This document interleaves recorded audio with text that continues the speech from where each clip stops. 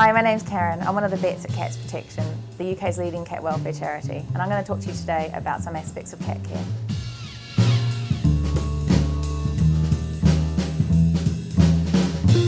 Hi, I'm going to give you a short guide today on how to find a good home for feral cats. First of all, we need to define what a feral cat is, and a feral cat is something that's actually quite different from a feisty domestic cat. A feral is one that's been born in the wild and in essence is a wild animal similar to foxes or wild rabbits, badgers, and for these animals it's actually can be really detrimental to their mental health and to their physical health to be held in captivity. It can be seen as cruel and it's quite bad for them.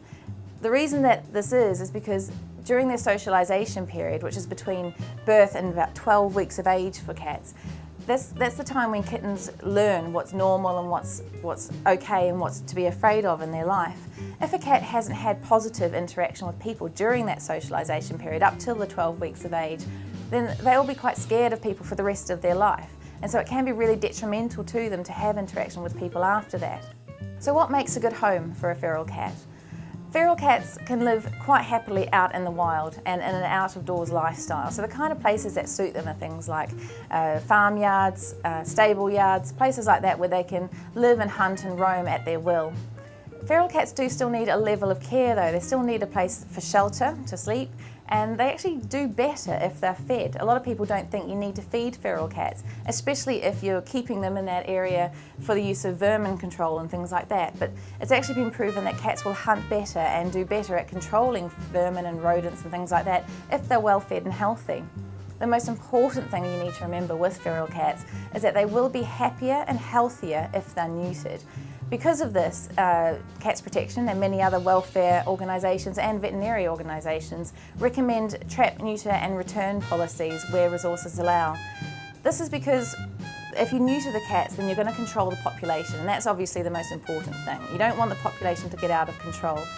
Also, if the cats are constantly breeding, there can be lots of disease risks and problems that are going to happen as well. Pregnancy and lactation carry their own risks, but also in populations where there are a lot of breeding queens and a lot of intact toms who are fighting, there are a lot of diseases that can spread around also. If you have a neutered, stable population of cats in an area, then you're also going to mean that other cats can't move in.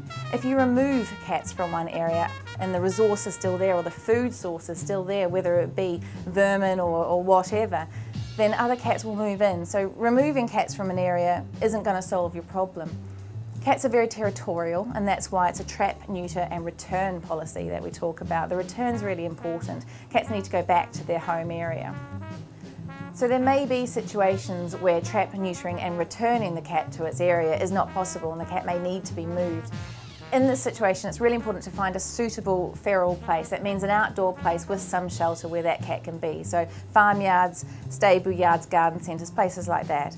It's important that the cat is moved to that location as soon after neutering as possible. Keeping feral cats in confinement is really detrimental to their mental health. It causes them an extreme amount of stress and suffering. So it's very important to get them released back into the wild where they belong. If you want any more information on this subject, log on to cats.org.uk.